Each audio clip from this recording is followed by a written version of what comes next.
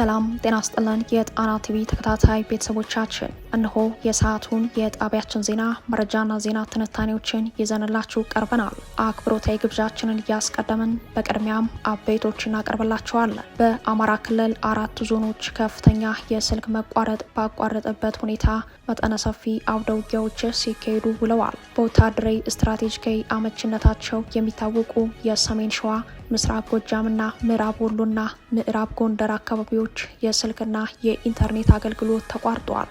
በሌላ በኩል በወሎ ቤት አማራ ከ35 በላይ አማራ ተወላጆች በከባድ መሳሪያ ድብደባ መሞታቸው ተሰምተዋል። ዝርዝር የግንባር መረጃዎቹን ይዘናል። ዶክተር ደሳለኝ ጫኔ ያገዛዙ የይስሙላ ምርጫ ላይ እንደማይሳተፉ በይፋ አስታውቀዋል። የፖለቲከኛው ውሳኔ ለሌሎች የይስሙላ ምርጫው ተሳታፊዎች ትልቅ ትምህርት የሰጠ ሆኗል። የምርጫ ፖለቲካ በኢትዮጵያ ሰማይ ስር ስለመሞቱ ማሳያ የሆነውን የፖለቲከኛውን ውሳኔ ገፊ ምክንያቶችና የውሳኔያቸውን አንደምታ አብራችሁን ስትዘልቁ ትሰሙታላችሁ። ህወሓት ታጣቂ ኃይሉን በተከዜ ግንባርና በሱዳን በኩል ዳግም ማንቀሳቀሱ ተሰምተዋል። በማንኛውም ሰዓት አዲስ የውጊያ ግንባር ሊከፍት ይችላል ተብሏል። ለጠለምት ወረዳዎች አዳዲስ አመራሮችን አየር ላይ መመደቡም ታውቋል። ይህም ሌላኛው መረጃችን ነው። ግብጽ በአፍሪካ ቀንድ በኢትዮጵያ ላይ ያላትን ወታደራዊ ከበባ አጠናክራ ቀጥላለች። ሶማሊያና ግብጽ ስትራቴጂካዊ አጋርነታቸውን በካይሮ ባካሄዱት ምክክር በድጋሚ አረጋግጠናል ብለዋል። ለሰዓቱ የመረጥንላችሁ ቀጠናዊ ዜና ትንታኔያችን ነው። እነዚህንና ሌሎችን ይዘናል። አሁን ወደ ዝርዝር መረጃዎቹ እናመራለን።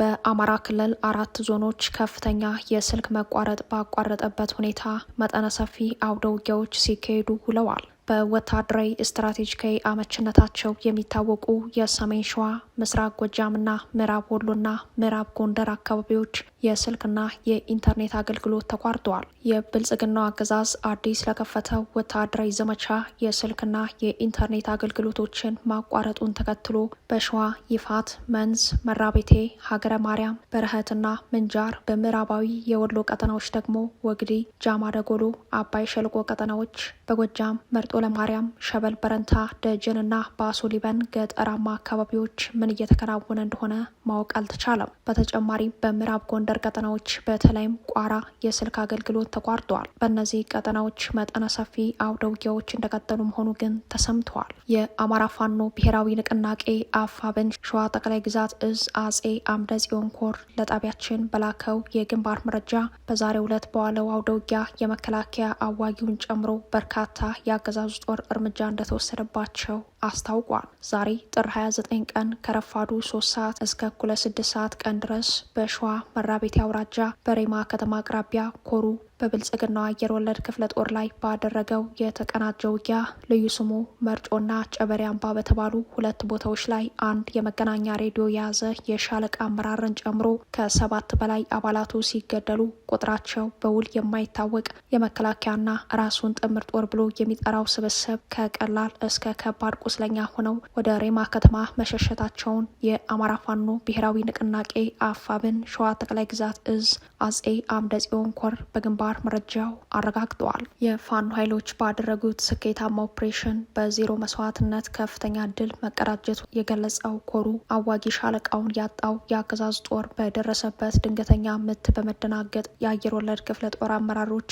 ሬማ ከተማ ግምገማ ላይ መቀመጣቸውን ከምንጮቹ ማረጋገጡን ገልጸዋል። በተለይም ለዚህ ጉዳት የዳረጉን የሚሊሻ አባላቱ ናቸው በማለት ሚሊሻዎችን በካምፕ ውስጥ አስቀምጦ እየገመገመ መሆኑን በደረሰው የውስጥ መረጃ ላይ አመላክተዋል። የአውደ ውጊያ ድል የናፈቃቸው የአገዛዙ ወታደራዊ አመራሮች ኔትወርክ አጥፍተው የመጨረሻ ድላቸውን ቢሞክሩም ይህ መልካም አጋጣሚ ለፋኖ የተሻለ የመናበብና ጠንካራ የመረጃና ደህንነት ስራ አዋቅሮ ለድል እንዲበቃ አድርጎታል ሲል መረጃውን ያደረሰን የአፋብን ሸዋ ጠቅላይ ግዛት እዝ አጼ አምደ ጽዮን ኮር ሚዲያና ኮሚኒኬሽን ክፍል ነው። ሸዋ ላይ የስልክና ኢንተርኔት ኔትወርክ ከጠፋ 5ኛ ቀን የተቆጠረ ሲሆን አገዛዙ በፋኖ ቀጠናዎች ላይ ከባባድ ኦፕሬሽኖችን ለመስራት በርካታ ኃይሉን ቢያሰማራም ድል አልቀናውም። በአንጻሩ የግንባር አዋጊዎችን ጭምር በየአውደ ውጊያው በማጣት ላይ ይገኛል። ይህንን ተከትሎ የዘገየ ውጊያ ወደ ውጤት የመቀየር አቅም አላቸው የሚባሉ የአየር ወለድና ኮማንዶ ተዋጊዎችን፣ ድሮንና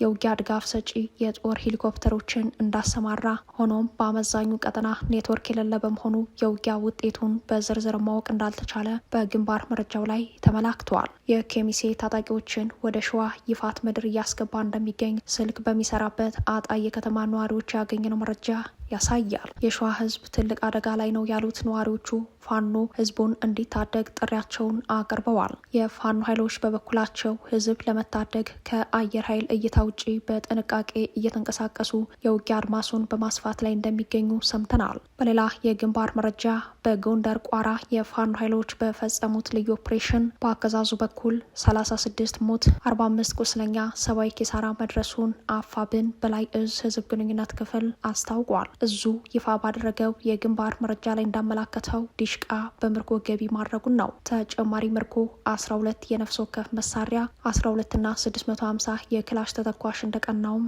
በግንባር መረጃው ላይ አመላክተዋል። የመይሰው ካሳ ሁለተኛ ኮር 4ኛ ቀኑን ያስቆጠረ እልህ አስጨራሽ አውደ ውጊያዎችን በቀጠናው እየተፋለመ ከፍተኛ ድል እያስመዘገበ ይገኛል ያለው በላይ እዝ በትናንትናው ዕለት ጥር 28 ቀን ከሌሊቱ 8 ሰዓት ጀምሮ እስከ ንጋቱ 12 ሰዓት ቋራ ወረዳ አባ ደግሱ ከምትባል ቦታ የተሰራው ጀብድ የአገዛዙን ጦር ከፍተኛ ሽንፈት እንዲያስተናግድ አድርጓል ብለዋል። በመይሰው ካሳ ሁለተኛ ኮር ሰብሳቢ አርበኛ ማንዴላ እያዩና በኮሩ ከፍተኛ አመራሮች የተመራው ይህ አውደ ውጊያ የአገዛዙን ጦር ከበባ ውስጥ በማስገባት ክፉኛ ጉዳት ባስተናገደበት አውደ ውጊያ የግንባሩ አዋጊ መገደሉን አረጋግጧል። በዚህ አንድ ሳምንት ከአገዛዙ ጥምር ሰራዊት ጋር በሚደረገው እልህ አስጨራሽ ትንቅንቅ አገዛዙ ከሽንፈት የማያድነውን የኔትወርክ መዝጋት ዘመቻ እንደ አንድ አማራጭ በማድረጉ ከጥር 26 ጀምሮ በቀጠናው የተካሄዱ አውደ ውጊያዎች ይፋ እንዳልተደረጉ፣ ሆኖም የፋኖ ኃይሎች በከፍተኛ የትግል ጽናት ድል እያስመዘገቡ መቀጠላቸውን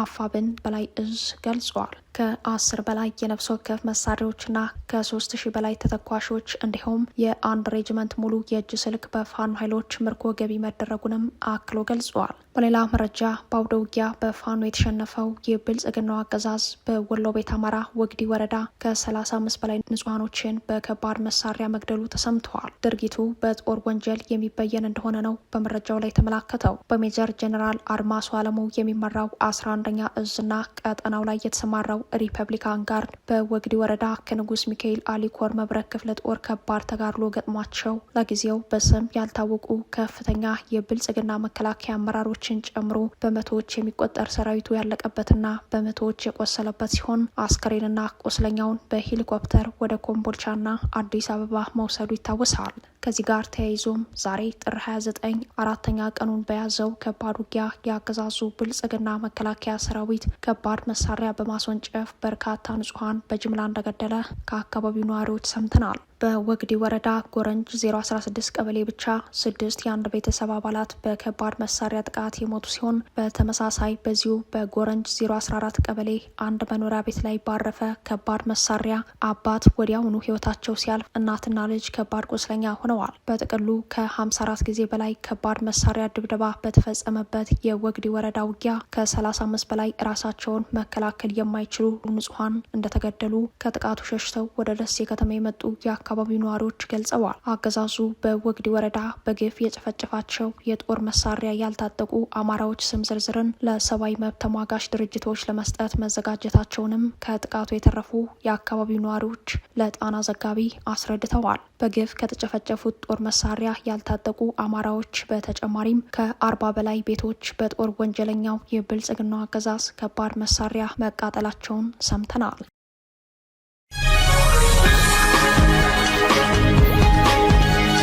ዶክተር ደሳለኝ ጫኔ የአገዛዙ የይስሙላ ምርጫ ላይ እንደማይሳተፉ ገለጹ። የፖለቲከኛው ውሳኔ ለሌሎች የይስሙላ ምርጫው ተሳታፊዎች ትልቅ ትምህርት የሰጠ ሆኗል። በባህር ዳር ከተማ የምርጫ ጣቢያ አሸናፊ ሆነው የፓርላማ አባል በመሆን ባለፉት 5 ዓመታት ለአማራ ሕዝብ ድምጽ በመሆን በብልጽግናው ፓርላማ በህግ አሰራርና በሞራል ተጠየቅ አስፈጻሚውን አካል ሲያጋልጡ መቆየታቸው ይታወሳል። ፖለቲከኛው ለመረጣቸው የባህር ዳር ከተማ ነዋሪዎች፣ ለመላው የአማራ ሕዝብና ለኢትዮጵያውያን በቀጣዩ ምርጫ እንደማይሳተፉ ይፋ ባደረጉበት መልእክታቸው በሀገሪቱ የምርጫ ፖለቲካ ተስፋ መቁረጣቸውን አመላክተዋል። ባለፉት ዓመታት በህዝብ ተወካዮች ምክር ቤት ውስጥ በኩሩ የባህር ዳር ከተማ ህዝብ ተመርጬ እናንተን ወክዬ ለህዝባችን ሀቀኛ ድምጽ በመሆን ለማገልገል በመቻሌ ታላቅ ክብርና ኩራት ይሰማኛል በሚል መልእክታቸውን የጀመሩት ደሳለኝ በዚህ ጉዞዬ ላሳያችሁኝ ያልተቆጠበ ድጋፍ፣ ፍቅር፣ አክብሮትና ጽኑ እምነት ከልብ የመነጨ ምስጋናዬን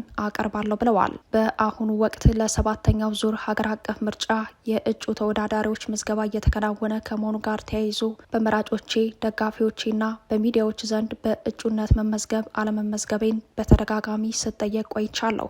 አንዳንድ ፓርቲዎችም ባህር ዳርም ሆነ አዲስ አበባ በፈለኩበት ቦታ በእጩነት እንድቀርብ እድሉን ሰጥተውኝ ነበር። በግልም የመወዳደርን አማራጭ በጥልቀት አስቤበታለሁ ያሉት ፖለቲከኛው ደሳለኝ፣ ሆኖም ግን በመጪው 7ኛው ዙር ምርጫ ራሴን በእጩነት ላለማቅረብ መወሰኔን ለህዝቤ ይፋ ማድረግ እፈልጋለሁ ሲሉ ውሳኔያቸውን አስታውቀዋል። ለዚህ ውሳኔ ያበቃቸውን ዋነኛው ምክንያት ሲያስረዱም በአሁኑ ወቅት በሀገራችን ካለው ተጨባጭ ነባራዊ ሁኔታ ጋር የተያያዘ ነው ብለዋል። ነጻ፣ ሰላማዊና ፍትሐዊ ምርጫ ለማካሄድ የሚያስችል ምቹ መደላደል አለመኖሩና በፓርላማ ውስጥ ተጨማሪ 5 ዓመታትን በመቆየቴ ለህዝቤ የማበረክተው የረባ ጥቅም የሌለ መሆኑንም ተረድቻለሁ ያሉት ደሳለኝ በመልእክታቸው በኢትዮጵያ የምርጫ ፖለቲካ ሞቶ የተቀበረ አጀንዳ መሆኑን ጠቁመዋል። ደሳለኝ የ6ኛው ዙር ፓርላማ እስኪጠናቀቅ ድረስ ባሉት ጥቂት ወራት የኢትዮጵያ ህዝብ እንደራሴነት ስራዬን ቀጥዬ ሰኔ መጨረሻ ላይ የዚህን ዙር አገልግሎት ዘመኔን የማጠናቀቅ ሲሆን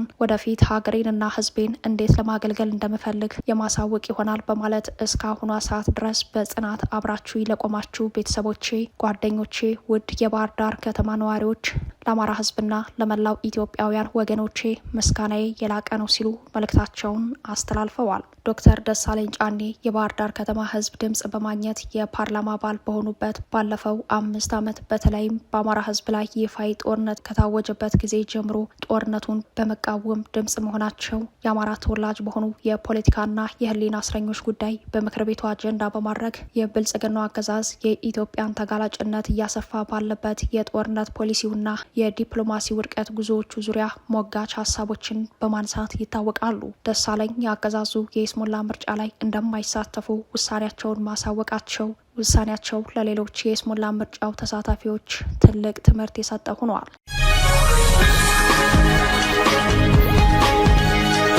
ህወሓት ታጣቂ ኃይሉን በተከዜ ግንባርና በሱዳን በኩል ዳግም ማንቀሳቀሱ ተሰምተዋል። በማንኛውም ሰዓት አዲስ የውጊያ ግንባር ሊከፍት ይችላል ተብሏል። ለጠለምት ወረዳዎች አዳዲስ አመራሮችን አየር ላይ መመደቡ ታውቋል። ህወሓት ባለፈው ጥር 18 ቀን በጠለምት በኩል ውጊያ መክፈቱን ተከትሎ ከቀናት ውጊያ በኋላ ወደ ኋላ ቢሸሽም ከሰሞኑ የውጊያ ግምገማዎችን አድርጎ ታጣቂ ኃይሉን በተከዜ ግንባርና በሱዳን በኩል ዳግም ማንቀሳቀሱ ተሰምተዋል። በዚህ እንቅስቃሴው በማንኛውም ሰዓት አዲስ የውጊያ ግንባር ሊከፍት እንደሚችል ነው የተጠቆመው። በተለይም ከሱዳን በኩል በሸረሪና ድንበር በዲማ ግዴማና በመቻች ረደም ማይካድራ እንዲሁም በትግራይ በኩል በሽራሮ ተከዜን በመሻገር ውጊያ ሊከፍት እንደሚችል ወታደራዊ እንቅስቃሴዎቹ ያሳያሉ የሚሉት የአካባቢ ምንጮች ህዝብ ራሱን ለመከላከል ሊዘጋጅ ይገባል ብለዋል። ከዚህ ቀደም በአነስተኛ አህዶች የተለያዩ ጥቃቶችን ሲያደርስ የቆየው የህወሓት ታጣቂ በቅርቡ በትንሹ 5 አርሚዎች የተሳተፉበት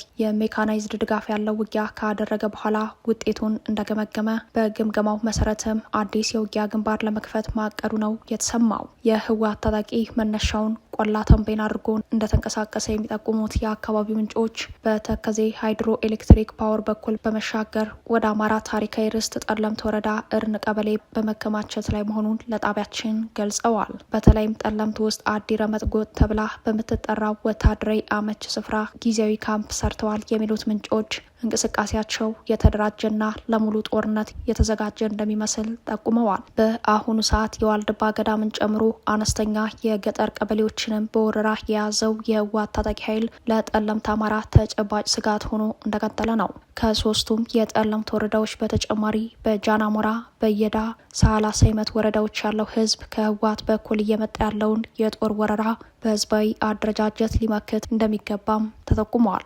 የጠለምት አማራ ማንነት አስመላሽ ኮሚቴ በጉዳዩ ላይ ተጨማሪ ማብራሪያ እንዲሰጠን ያደረግነው ጥረት ባይሳካም ህወሓት ከቆላ ተንቤን ኃይል በማንቀሳቀስ በጠለምት በኩል ተጨማሪ ጦሩ እንዳሻገርና በተከዜ ዳር በኩል ሜካናይዝድ ኃይል ማሰለፉን የጣና ዘጋቢዎች ከተለያዩ ምንጮቻቸው አረጋግጠዋል። ርስትና ማንነት ቋሚና ዘላቂ እንጂ በፖለቲካ ያሰላለፍ ለውጥ የሚሸጥ የሚለወጥ ጉዳይ አይደለም ያሉት የጠለምት አማራዎች ህልውናቸውን ለማስከበር ህዝባዊ ትግል እንደሚያደርጉ በመግለጽ ላይ ናቸው። የጠለምት ምድር በአማራ የማንነት ትግል ታሪክ ውስጥ የከፋኝ አርበኞች ትግል መነሻ እንደሆነ ቀጠናውን በርካታ አርበኞች የፈለቁበት ስለመሆኑ ይታወቃል። በሌላ በኩል ህወሓት ለሶስቱም የጠለምት ወረዳዎች ማለትም ለምዕራብ ጠለምት፣ ምስራቅ ጠለምትና ማይጠምሪ ከተማ አዳዲስ አመራሮችን ከትግራይ መሾሙ የተሰማ ሲሆን ሆኖም የተሾሙት አመራሮች የትና በምን ሁኔታ የአካባቢውን አማራ ህዝብ እንደሚመሩ የታወቀ ነገር የለም። ግብጽ በአፍሪካ ቀንድ በኢትዮጵያ ላይ ያላትን ወታደራዊ ከበባ አጠናክራ ቀጥላለች። ሶማሊያና ግብጽ ስትራቴጂካዊ አጋርነታቸውን በካይሮ ባካሄዱት ምክክር በድጋሚ አረጋግጠናል ብለዋል። የብልጽግናው አገዛዝ ዲፕሎማሲያዊ ውድቀት ተከትሎ ከመቼውም ጊዜ በላይ በኢትዮጵያ ላይ ወታደራዊ ከበባ በመፈጸም ላይ ያለችው ግብጽ ከሶማሊያ ጋር ያላትን ስትራቴጂካዊ አጋርነት በማጠናከር ላይ ነች። የሶማሊያ የውጭ ጉዳይና ዓለም አቀፍ ትብብር ሚኒስተር አብዲ ሰላም አሊ ከግብጽ አቻቸው ከውጭ ጉዳይ ሚኒስተር ባድር አብደላቲ ጋር ትናንት ሐሙስ በካይሮ ከፍተኛ የዲፕሎማሲ ምክክር ማካሄዳቸውን የሶማሊያ ዜና አገልግሎት ሶና ዘግበዋል። ይህ ውይይት በሁለቱ ሀገራት መካከል ያለውን ግንኙነት ይበልጥ ለማጠናከርና ወሳኝ በሆኑ ቀጠናዊ ጉዳዮች ላይ ያላቸውን አቋም ለማረጋገጥ ያለመ እንደሆነ ተገልጿል። በውይይት ወቅት ሁለቱ ሚኒስትሮች የሁለትዮሽ ትብብራቸውን ወደ ላቀ ደረጃ ለማሸጋገር በሚያስችሉ ሁኔታዎች ላይ የመከሩ ሲሆን በተለይም በጋራ ፖለቲካዊና ደህንነት ጥቅሞች ዙሪያ ያላቸውን ቅንጅት ለማሳደግ የሚረዱ መንገዶችን ማሰሳቸው ተመልክተዋል። ይህ ውይይት በሞቃዲሾና በካይሮ መካከል ያለውን ግንኙነት ይበልጥ ለማሳደግ ይረዳልም ተብሏል። ሚኒስተሩ ባድር አብደላቲ ግብጽ ለሶማሊያ ፌዴራላዊ ሪፐብሊክ አንድነት፣ ሉዓላዊነትና የግዛት አንድነት ያላትን የማይናወጥ ድጋፍ በድጋሚ ታረጋግጣለች ሲሉም ተሰምተዋል። ይህ ማረጋገጫ እስራኤል ለሶማሌላንድ ሀገራዊ እውቅና በሰጠችበት እንዲሁም በሌሎች የአፍሪካ ቀንድ ሀገራት ድንበር መከበርና የሀገር ሉዓላዊነት በዲፕሎማሲያዊ ግንኙነቶች ውስጥ ዋነኛው የትኩረት አቅጣጫ በሆነበት ወሳኝ ወቅት ላይ የቀረበ መሆኑ አጋርነቱ ቀጠናዊ ትርጉሙን ያጎላው ሆኗል። ምክክሩ የተጠናቀቀው በቀጠናው የሚታዩ አዳዲስ ፈተናዎችንና እድሎችን በጋራ ለመወጣት በቅርበት ዲፕሎማሲያዊ ቅንጅታቸውን ለመቀጠል ቃል በመግባት እንደሆነ የሶማሊያው ዜና ወኪል ሶና ዘግቧል። ግብጽ ለ40 ዓመታት የደከመችበት በሶማሊያ ወታደር የማስፈር ውጥኗም ሆነ የቪላ ሶማሊያ አስተዳደር ላይ ተጽዕኖዋን ማሳደግ የቻለችው በአብይ አህመድ የዲፕሎማሲ ውድቀት እንደሆነ የብዙዎች እምነት ነው። ይህ ዲፕሎማሲያዊ ኪሳራ ብቻ ሳይሆን የብሔራዊ ደህንነት አደጋ ነው የሚሉት ተንታኞች ግብጽ ኢትዮጵያን በወሳኝ መልክዓ ምድራዊ ቦታዎች ከበባ መፈጸሟን ያወሳሉ።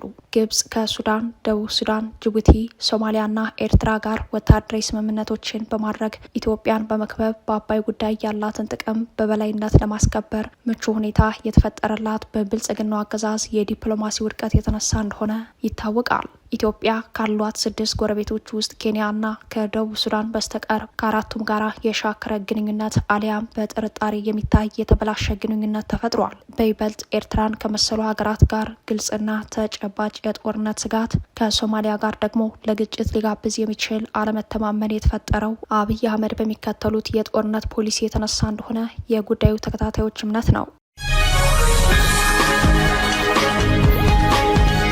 ክቡራትና ክቡራን ቤተሰቦቻችን ለሰዓቱ የተሰናዱት መረጃዎቻችን የተከታተሏችኋቸውን ይመስሉ ነበር። አብራችሁን ስለቆያችሁ ልባዊ ምስጋናችን ይድረሳችሁ እያልን የጣና ቲቪ ወቅታዊ ዜናዎች፣ ትንታኔዎችና ልዩ ልዩ ፕሮግራሞች እንዲደርሷችሁ ቻናላችን ሰብስክራይብ በማድረግ ቤተሰብ ይሁኑ። በተሳትፎ የትግል ሚዲያው እንዲያጠናክሩ ጥሪያችን እናቀርባለን። ጣና ቲቪ ከሀቅ ጋር